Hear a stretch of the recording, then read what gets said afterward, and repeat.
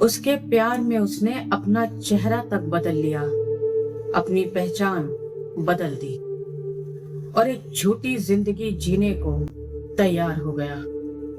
लेकिन उसी के एक सच ने उसके सारे सपने तोड़ दिए। तेलंगाना के नागरकुर्नूल जिले के दो अलग अलग गांवों में रहने वाले एम सुधाकर रेड्डी और स्वाति दोनों आपस में एक दूसरे से बेहद प्यार करते थे और शादी करना चाहते थे, लेकिन दोनों के परिवार इस रिश्ते के लिए तैयार नहीं थे। परिवार के भारी विरोध के बावजूद भी स्वाति और सुधाकर 2010 में लव मैरिज करते हैं।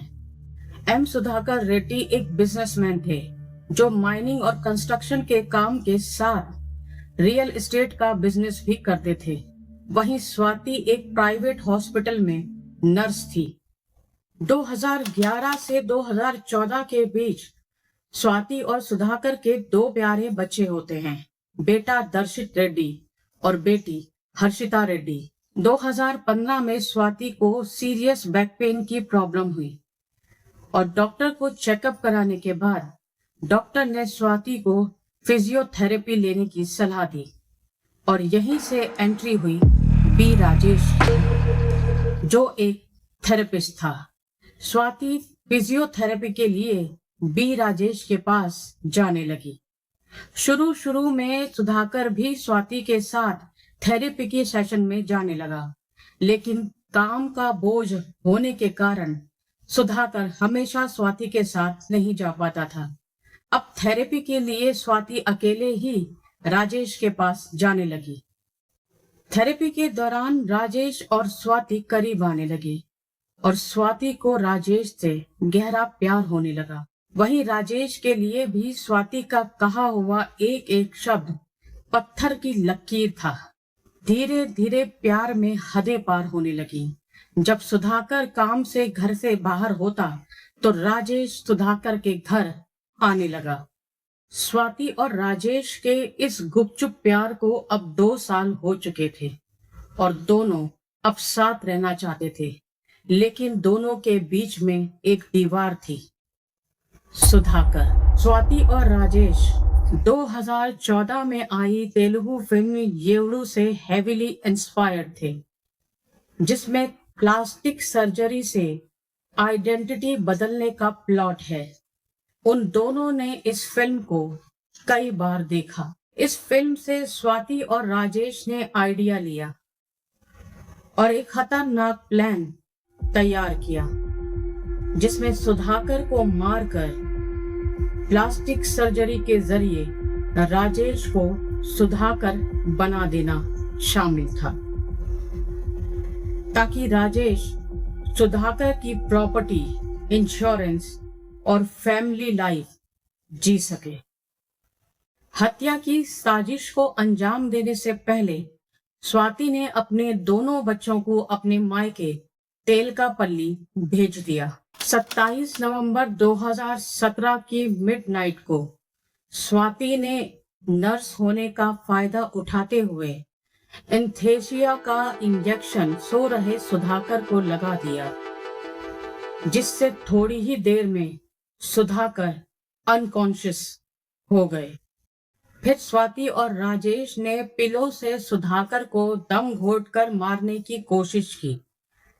पूरी तरह से कंफर्म होने के लिए दोनों ने आयरन रॉड से सुधाकर के सिर पर जोरदार वार किए, जिससे सुधाकर की मौके पर ही मौत हो गई।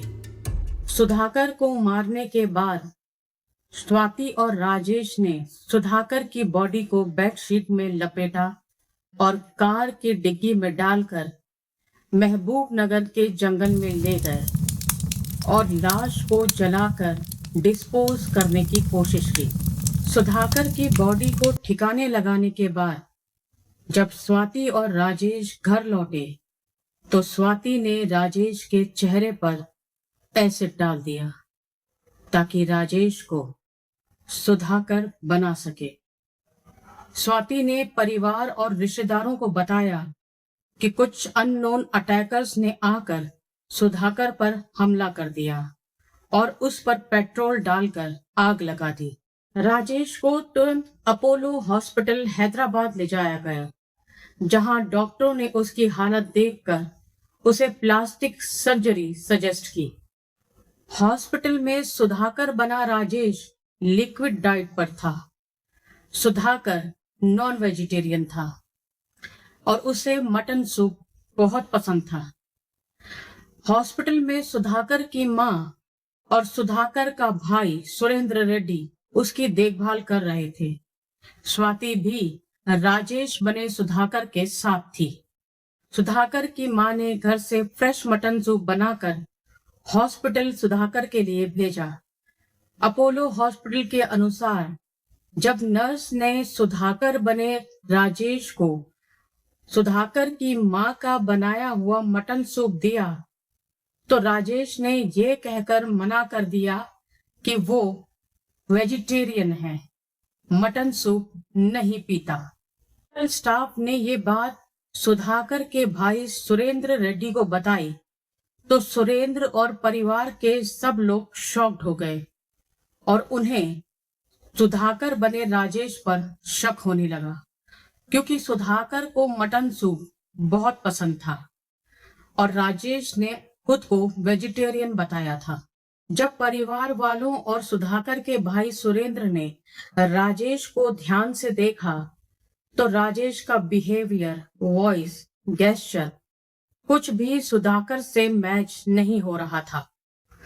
अब सुधाकर के भाई सुरेंद्र को और रिश्तेदारों को राजेश पर शक होने लगा, तो उन्होंने राजेश से परिवार के कुछ निजी सवाल पूछे और साथ ही रिश्तेदारों के नाम बताने को कहा।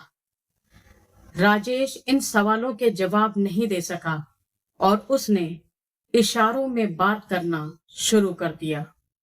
सुरेंद्र रेड्डी ने तुरंत पुलिस स्टेशन जाकर शिकायत दर्ज करवाई।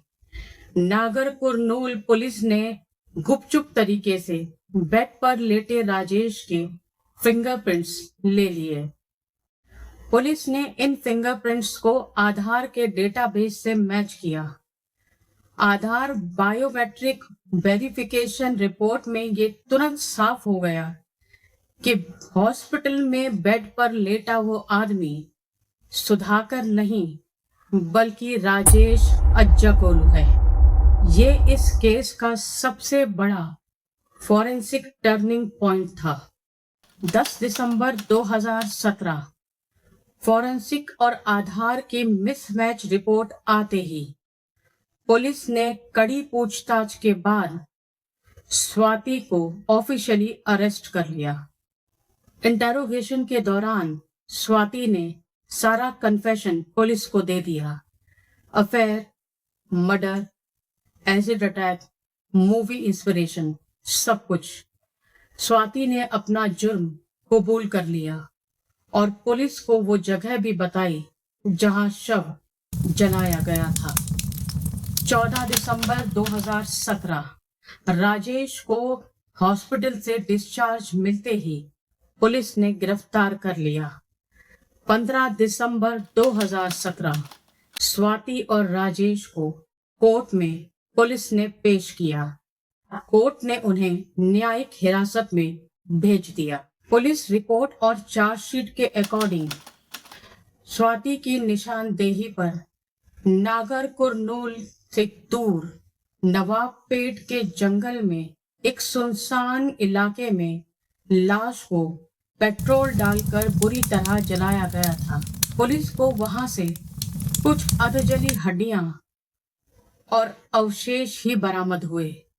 पुलिस ने राजेश को क्राइम सीन जंगल में ले जाकर क्राइम में इस्तेमाल किए वेपन्स, एनेस्थीसिया के सिरिंज, पिलो, मूसल, लोहे की रॉड और बेडशीट बरामद की। पुलिस ने जब उस जगह के सीसीटीवी फुटेज खंगाले जहां स्वाति ने सुधाकर पर हमला होने का दावा किया था, तो वीडियो में साफ साफ दिखा कि स्वाति ने खुद राजेश के चेहरे पर एसिड डाला था ताकि राजेश का चेहरा झुलस जाए और वो प्लास्टिक सर्जरी से सुधाकर बन सके। डिजिटल एविडेंस और सीसीटीवी फुटेज इस केस में पुख्ता सबूत साबित हुए। साल 2017 में गिरफ्तारी के बाद से राजेश को एक बार भी बेल नहीं मिली। वो आज भी जेल में है। स्वाति को 2018 में हाई कोर्ट से बेल मिल गई थी, लेकिन कोर्ट से बाहर आते ही स्वाति ने कोर्ट की तारीखों पर जाना बंद कर दिया। इसके बाद कोर्ट ने उसके खिलाफ नॉन बेलेबल वारंट जारी किया। पुलिस ने उसे दोबारा गिरफ्तार किया और जून 2025 में उसे महबूब नगर की जेल में न्यायिक हिरासत में भेज दिया गया, जहां वो अपनी सजा काट रही है। स्वाति के इस क्राइम से समाज और उसका अपना परिवार इतना नाराज हुआ कि उसके पिता लिंगा रेड्डी ने स्वाति को बेदखल कर दिया और समाज में बदनामी होने की वजह से स्वाति के पिता ने जीवित स्वाति का प्रतीकात्मक पिंडदान और अंतिम संस्कार भी कर दिया था। यही वजह थी कि 2018 में उसे जमानत मिलने के बाद भी परिवार का कोई सदस्य उसकी जमानत लेने कोर्ट में नहीं आया और सरकार को उसे जमानत मिलने के बाद शेल्टर होम भेजना पड़ा। सुधाकर और स्वाति के दोनों बच्चे इस घटना के बाद से ही अपने दादा दादी नरसिम्हा रेड्डी और सुमंतम्मा के साथ रह रहे हैं।